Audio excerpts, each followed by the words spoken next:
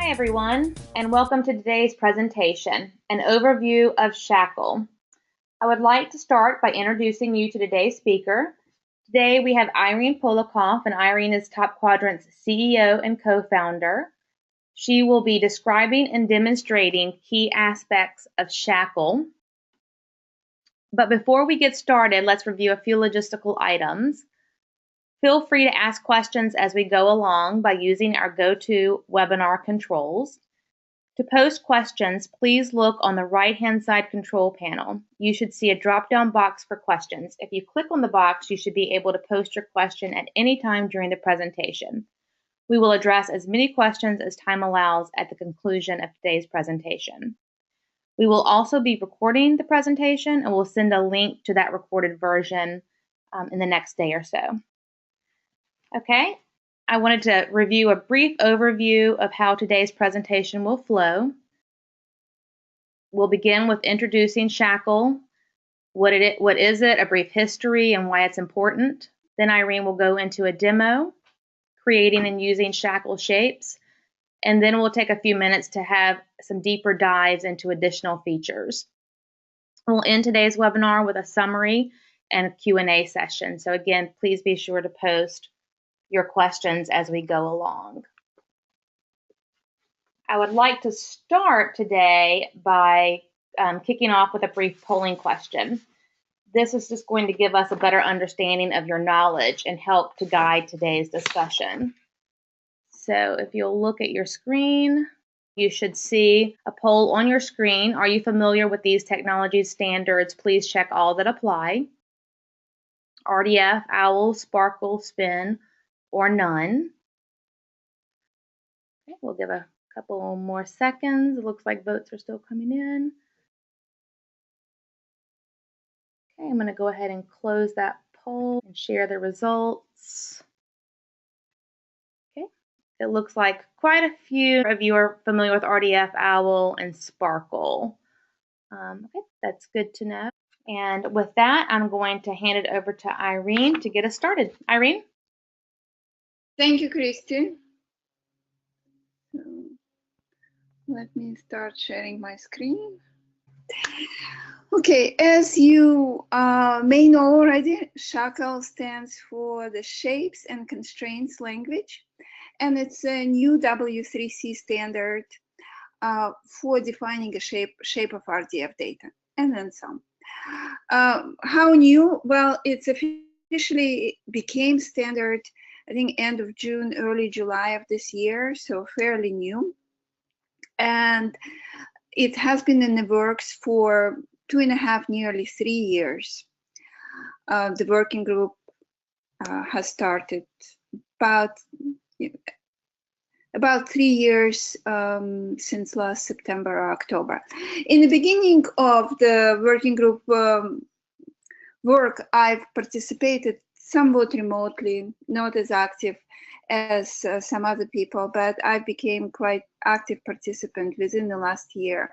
And for the last 7 or 8 months of the working group life, I've served as a co-chair. So I think I have an interesting perspective, both from how the standard was developed and decisions were made, but I'm also a user of SHACL, so on the user side as well. A bit of terminology. So SHACL is a language for validating RDF graphs against some schema or set of shapes. So we call the graph with shapes, appropriately, shapes graph, and we call the graph that is to be the validated data graph. SHACL could be used to validate itself, so the data doesn't have to consist only of data. It could also include shapes. So but it's called the data graph. Now, I said then some or plus plus. So what are the other uses of SHACL? I'll talk about it in a minute, but first, let me talk about motivation for SHACL. So I mentioned that essentially it's a schema language for RDF. And while RDF has been around since 2001, until now, there was no no traditional schema language. Those of you familiar with RDF and OWL will say, wow, isn't RDF RDFS, RDF schema, and all R&A schema languages? Well, not really, not in the traditional sense.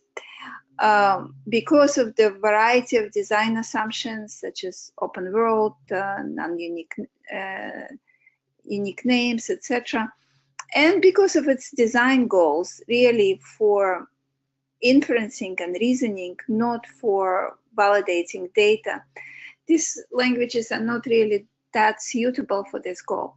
Just to give you an example, and there are reference links below where you could look up if you don't know what all those abbreviations stands for. But just to give you some example, for example, in RDF schema, it's a very limited language and can never be, your data can never be invalid. In OWL, there are some additional constructs, such as, for example, you could define cardinalities, but because of the open world assumption saying that, let's say, last name mean cardinality 1, and then you come across a person without a last name, that's not going to cause the systems to determine that your data is invalid. Because of the open world assumption, the assumption is that, all right, we'll just don't know what the last name is. It doesn't mean that the last name doesn't exist. Well, in the scenarios where people are working with data and want to make sure that the data that they have, the data that they're currently focusing on, is actually valid according to the schema, that's not very useful. For that reason, a number of organizations have developed their own approaches for solving this problem.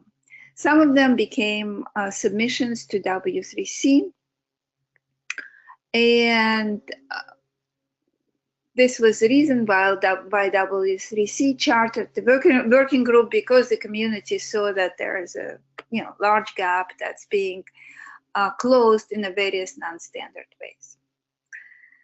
Okay, so with that, as we already discussed, the primary goal of SHACL is to do data validation. And just to give you a visual, it works about like that. You select your data graph, you select your shapes graph, and then you run the validator to get the output. This is, I'm showing here something that's pre-built into TopQuadrant suite, just a validation servlet. And you get your validation report with results describing data that does not comply with shapes definitions. An interesting feature of SHACL is that actually the validation reports themselves are standardized. Later in the presentation, I'll talk a little bit more about it. So what about the +++ that we mentioned on the initial slide? Well, SHACL could be used for a number of other things. Building interfaces, communicating data structures, doing data integration, and there's also rules, an inferencing component to SHACL as well. So you could also use SHACL rules to infer new information. A little bit of history. I've mentioned earlier that a number of organizations had their own approaches to solving this problem, and some of them have been submitted to W3C, namely IBM Resource Shapes, and that was a key input that inspired SHACL core vocabulary. SHACL consists of, roughly, it's a single specification, but it's divided into SHACL core with pre-built vocabulary for describing certain constraints, and then extended SHACL or SHACL SPARQL, where users could declaratively specify their own constraints. So the vocabulary was inspired by resource shapes, and of course it was then greatly extended by the working group, taking in the use cases that were discovered and making sure that 70 to 80% of the common use cases are covered by the pre-built vocabulary.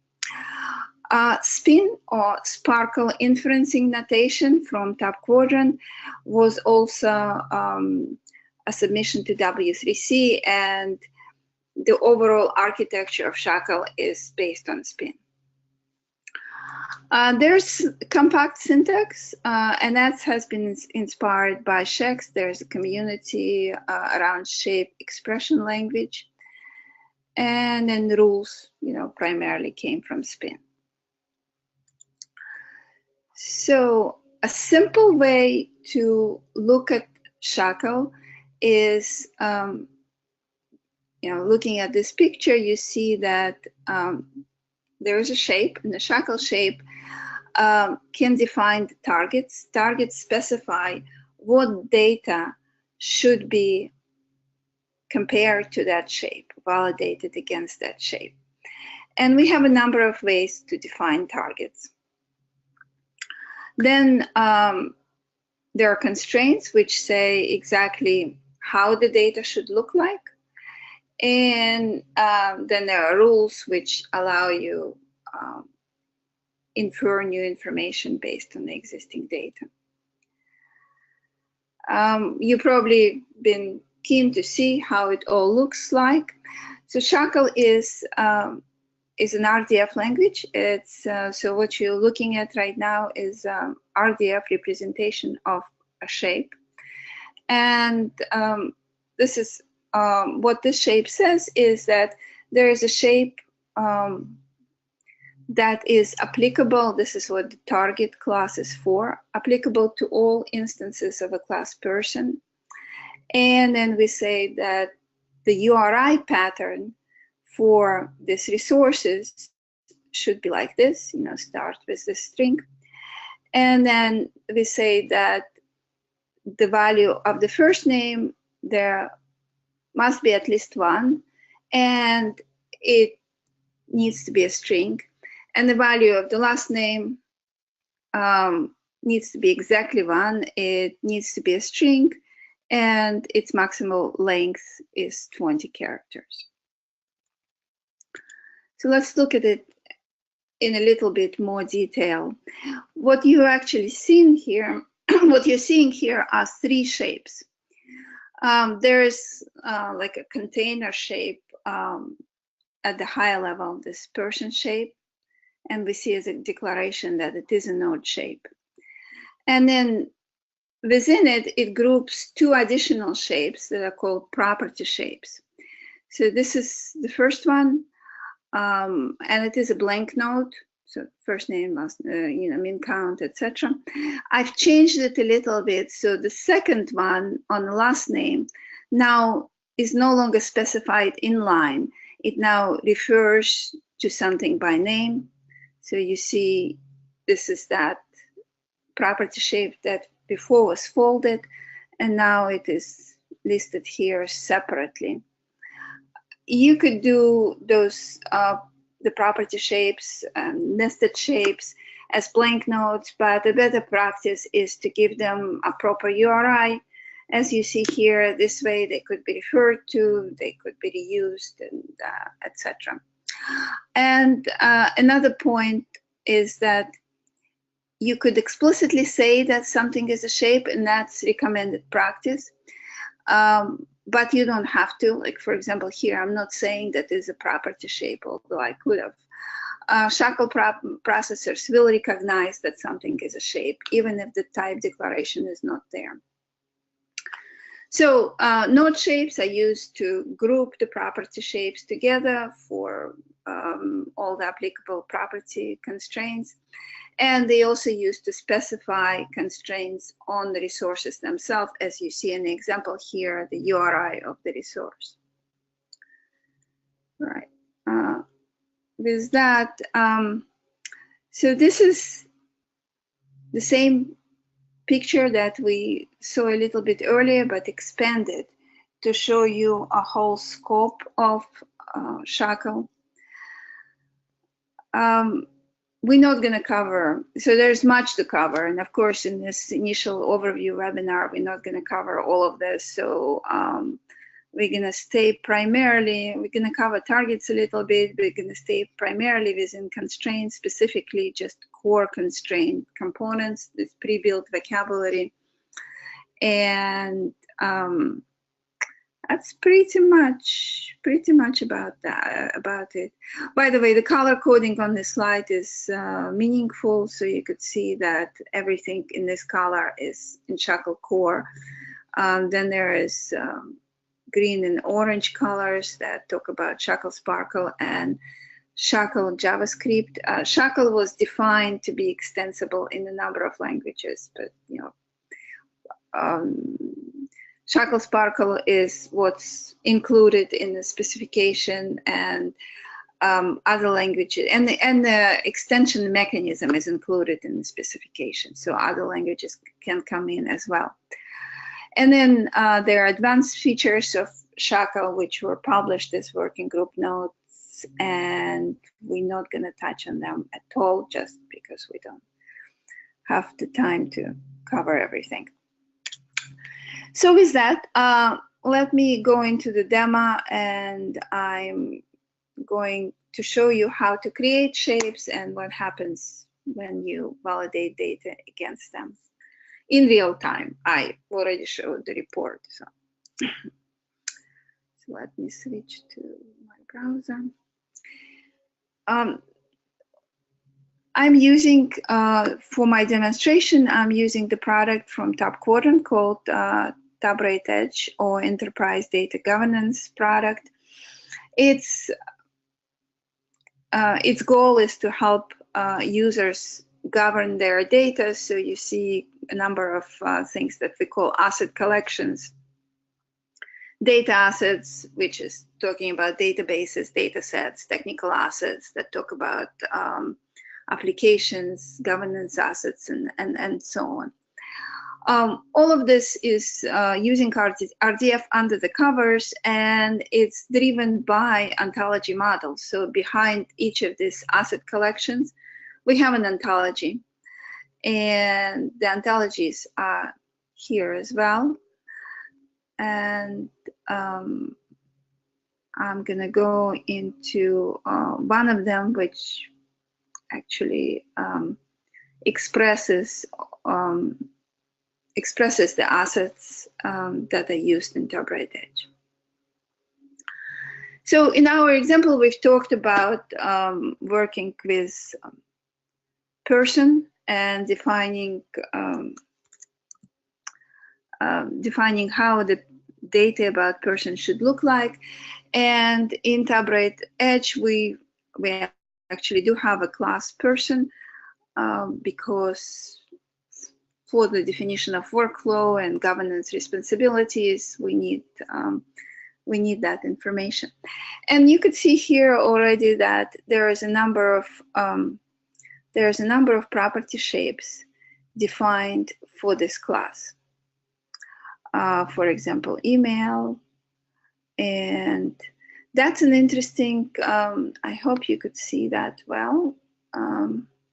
So that's an interesting one where you see that the constraint is on the inverse property.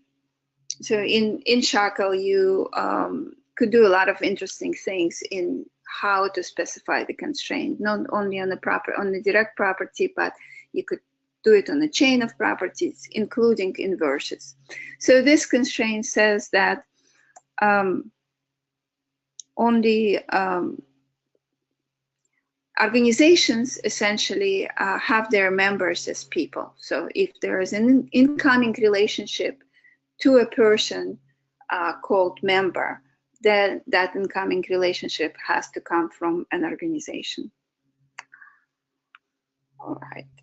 So let us define a couple of more shapes along the line of our example. So I'm gonna create first name,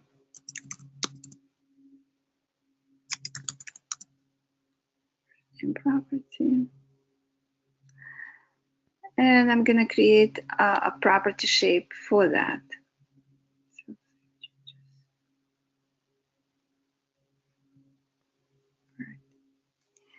And here you'll see all the SHACL core pre-built vocabulary for defining various information. In our case, we just wanted to do min count 1. So min count is cardinality, and then the value type we want to do string.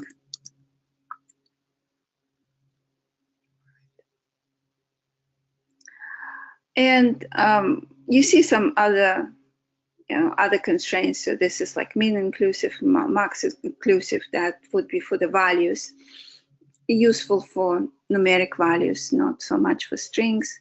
You'll see property pairs. You could define constraints that compare two properties, useful for something like start and end date. You could see min length and max length. So for the last name, we wanted to have 20 characters, but unique language. So that's an interesting feature as well. So let's say if you have a value that, such as description, that will be provided in multiple languages, you don't really want to say that its cardinality, max cardinality is 1, but instead you want to say that it's unique for a language. So this will allow you to have 1 per each language, etc. And in this area, display section, there are some constraints that have to do with generating user interfaces. I've mentioned before that I'll show some of it.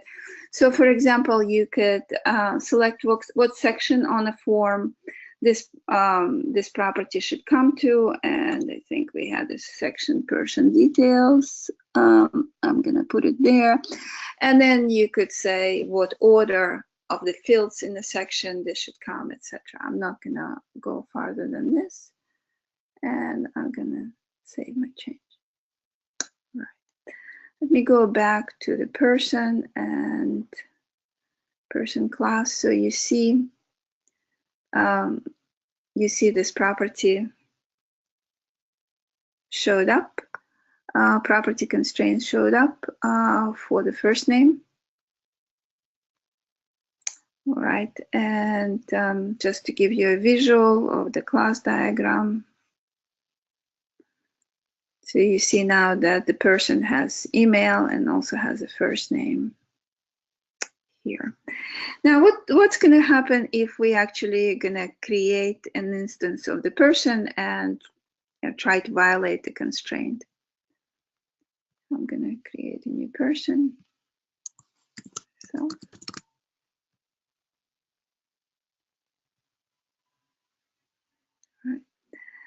And now I'm gonna edit. You see that the first name appeared here and it's required, but I'm not gonna enter it.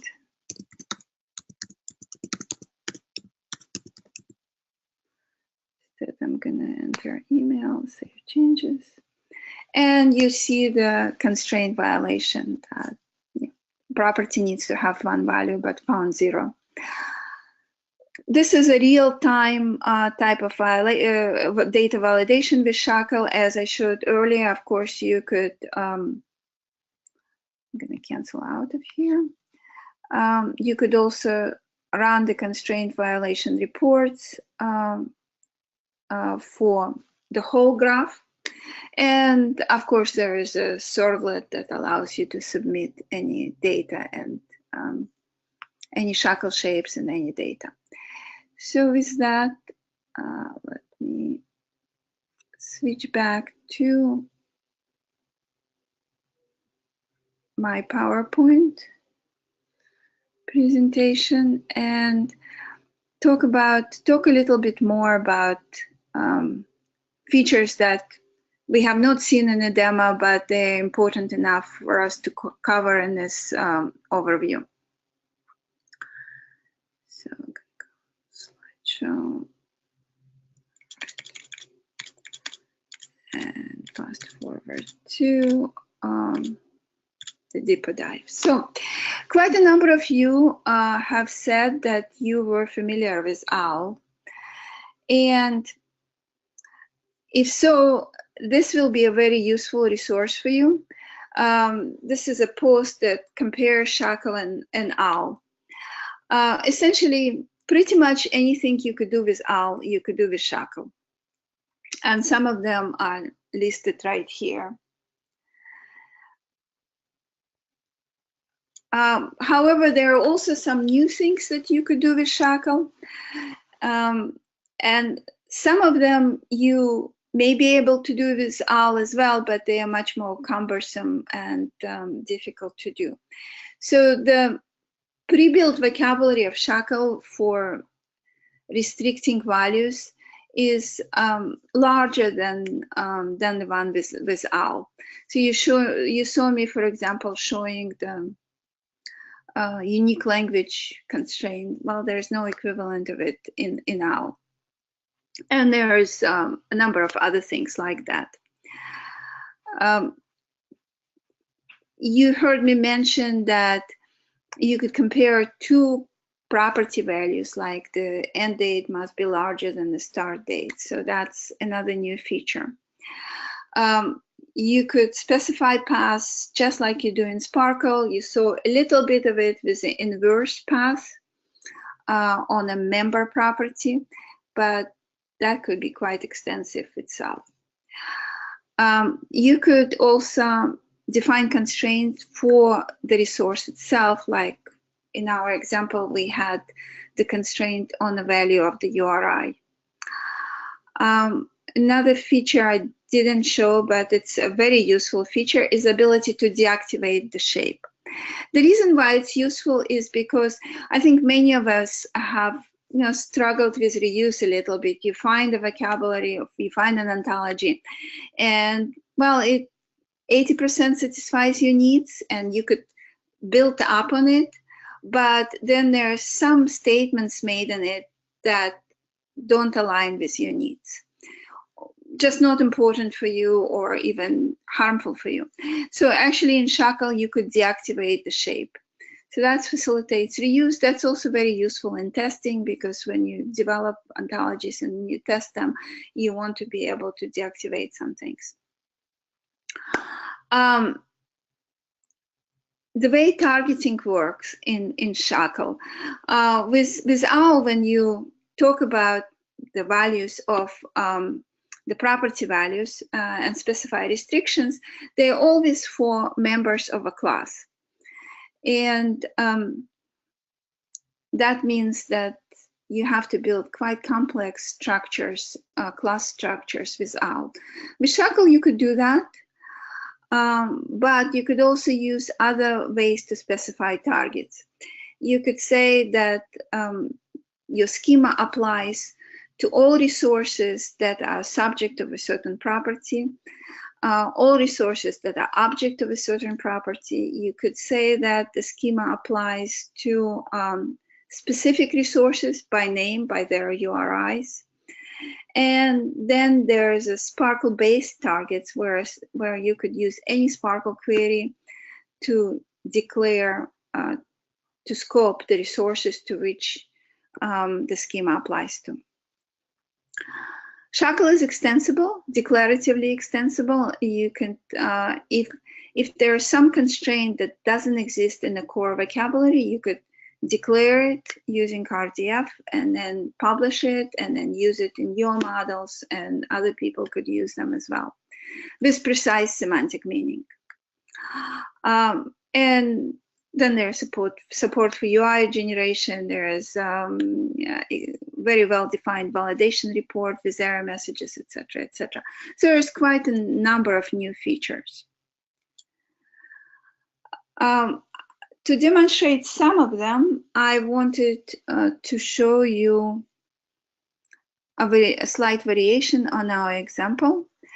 And that variation has to do with using a different target.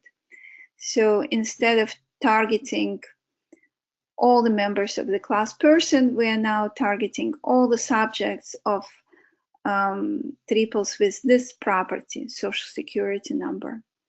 So any resource that has a social security number has to follow this schema. Another variation showing a little bit of additional sort of complexity, if you would, or richness. Just like you can do with OWL, you could build, complex expressions using or, not, x1, which is kind of like exclusive one. And by default, there's also SHACL AND, but that's typically is not necessary because by default everything is considered to be an AND. So in this change, what I've changed is to say that there's another constraint, and that's on the property RDF type. And for these resources that we are targeting, not only they have to have first name, not only do they have to have last name and no more than 20 characters, but they can only be of the following type, either a customer or a person. So now a smaller percentage of you, I think just 19 or 20% said that you were familiar with SPIN, SPARQL inferencing notation. So maybe I am not going to talk that much about it, but there is a published post that linked here that will help you if you want to transition from SPIN to SHACL. Everything that you could do with SPIN, you could do with SHACL, and then there are some new features. In general, when people ask us, should they stay with SPIN, should they move to SHACL? So the standard question that we give is, well, SHACL is SPIN 2.0, essentially. We will be supporting SPIN for the foreseeable future because people have invested in it and they have production systems that are important to them that are running using SPIN. But we do encourage people to migrate to SHACL over time, and conversion from SPIN to SHACL is very straightforward because it follows very similar paradigm. So we hope that within the next couple of years the migration will happen and then we may sunset the support. So some of the new things that you could do with SHACL that you cannot do with SPIN. There is this pre-built vocabulary of constraints, and with SPIN you had the architecture, you had the declarative mechanism for templates, etc. But there wasn't a pre-built vocabulary of constraint that is standard. In SHACL there is one, and it's quite rich. I've already spoke about deactivation. Now with SPIN, just like it is with OWL, targeting was always class-based, and with SHACL you have richer targets that I've already described. There are also additional properties, standard properties for UI generation, validation report, etc. And then, not mentioned on the slide, but it's important, and I think I'm going to show it in the example. You could also close the shape. In other words, you could say, here are all the properties that I have defined constraints for, and no other properties can exist. So here's another variation on the example. It shows two things. First, it shows this ability to close the shape. So if without it, if I have some data that is validated against the shape, and there's first name, last name, and let's say there's email, that's fine because we only have constraints for the first and last name. We don't say anything about extra properties. With this feature, we could say, if extra properties are not mentioned specifically in a constraint, they should not be there. And you could also put some list of ignored properties like we did here with RDF type, where we said, well, we don't have a constraint for this property, but it can be there. So that's one new feature. Here's another modification. You see that in this example, I'm not having a separate person shape and a class person, but rather I am saying, well, there's a class person, and it's both a shape and a class. And when I use this construct, which is actually what I've used in my demo as well, I don't need to explicitly specify the target. The target is then implicit, and the target are all members of the class person, including transitively, including any subclasses and members of subclasses as well. The targets are cumulative, so they are connected with AND. So if I specified another target here, like all subject of Social Security property, then the combined union of targets would be all members of the class person, and also any resource that is a subject of the Social Security number predicate in a triple. Right. With that, you've heard me mentioning validation, standard validation reports. And here's a validation report vocabulary, which is pre-built into the standard. As you could see, it's very specific. This is how the result should look like. There's conforms property, and the minimalistic validation report could just say conforms true or false. But then you could also have validation results for each violation. You have all these values that gives you what value is incorrect, what resource violated, what constraint has been violated. There are severities. There's, I think, 3 pre-built severities, but they also user-defined. You could provide result messages. In my demo, you saw the message coming in that said, well, it has to exist. The first name has to exist, but none was found. So that's an example where the result messages could be useful in creating those kind of explanations. And another feature that I mentioned in passing is compact syntax. So some background on that. SHACL is defined in RDF, and it can be then edited with any RDF editor. But there was some desire to also have a more compact syntax, because RDF can be somewhat verbose. And the compact syntax was developed by the working group towards the end of its life. It didn't go through the full standardization process.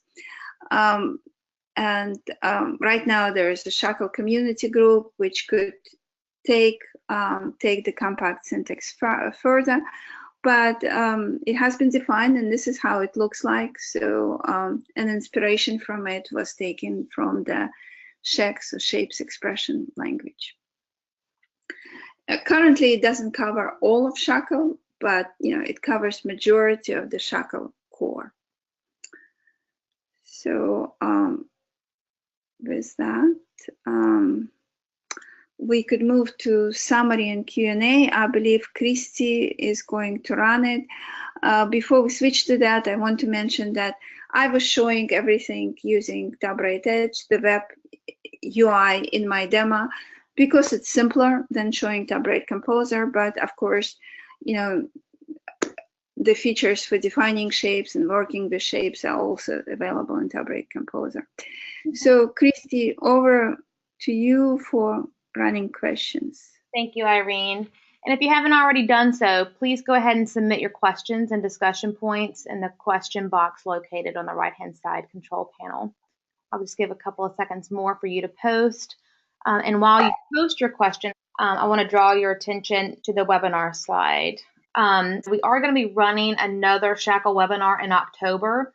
And while this October webinar was primarily scheduled to accommodate folks on the West Coast and in Asia, we will be taking questions and comments from today's webinar and addressing some of them in this presentation. I also want to note we will be developing additional webinars that will take a deeper dive into different focus areas of SHACL, so be sure to be on the lookout for those announcements coming from TopQuadrant. We've got a lot of interest in this topic, so we want to continue to provide some webinar knowledge education for those that are interested. Okay, with that, we'll take our first question. Question 1, Irene, what are the limits on extensibility? Are there shapes or patterns that cannot be specified?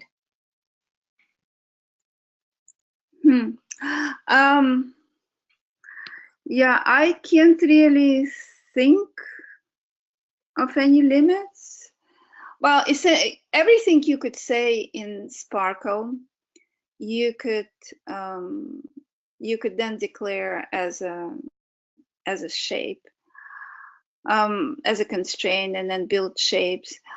There are some things that has to do with, arithmetic operations and, things like that, that of course you cannot do with SPARQL, but you could do it with JavaScript, and therefore you could, there's SHACL JavaScript extensibility.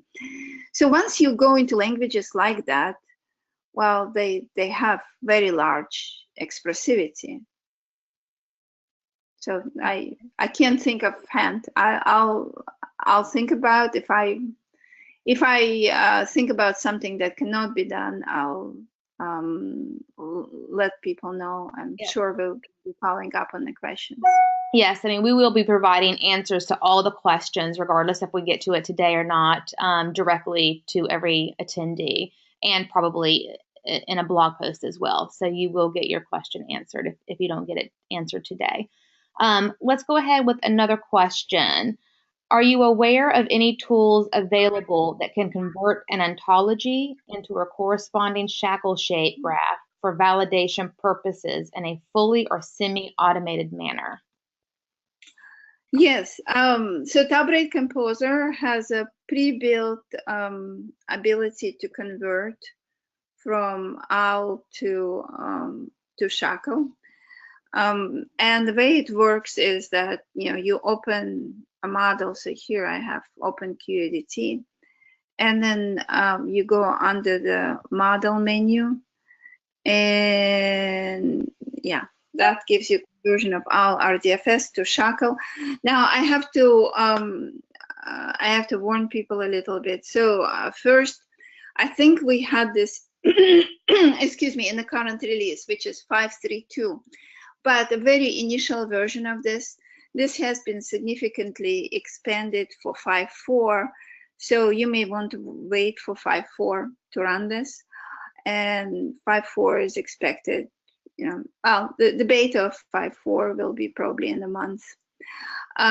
It does not convert every single OWL axiom, just because there's just so many different variations of what you could say with OWL, how you could combine all the intersections, unions, and it's pretty extensive.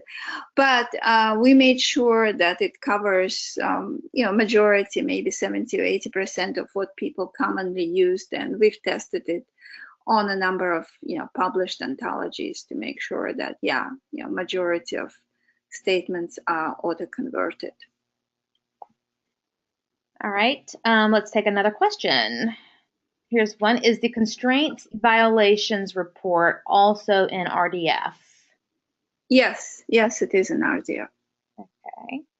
And here's another. The shapes creation demo shows implicit class target. Does the TopQuadrant Enterprise Data Governance tool support explicit class target when creating a shape?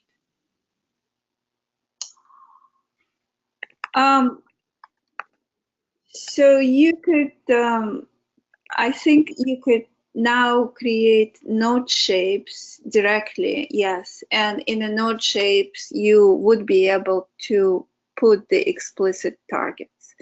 So the answer is yes. It is somewhat of a new feature, not in 5.3.2, but in 5.4. Okay, great.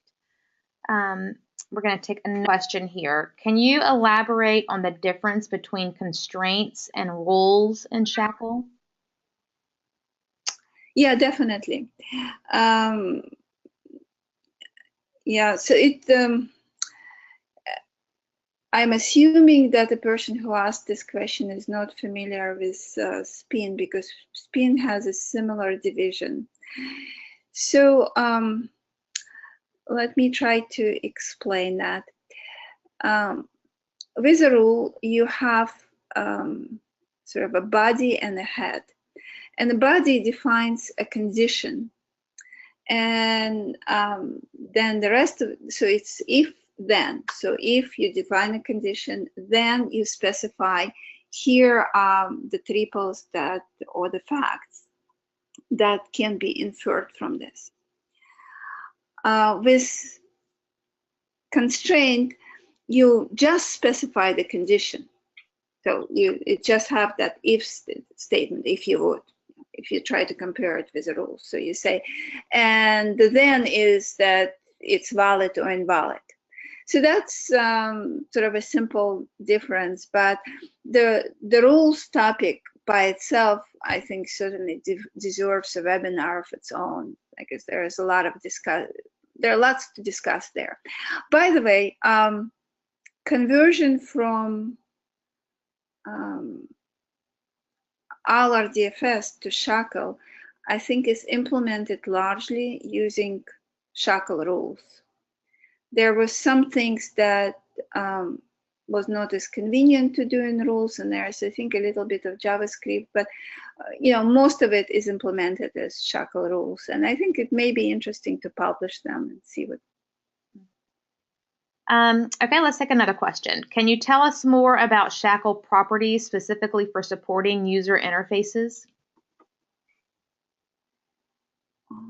Yeah, so in the working group, there was some people that had quite a bit of interest in user interface generation and interface generation in general. But majority of the working group was not that interested in this topic. So a few things got into the standard. And I think I've showed some of them, like putting things into sections, specifying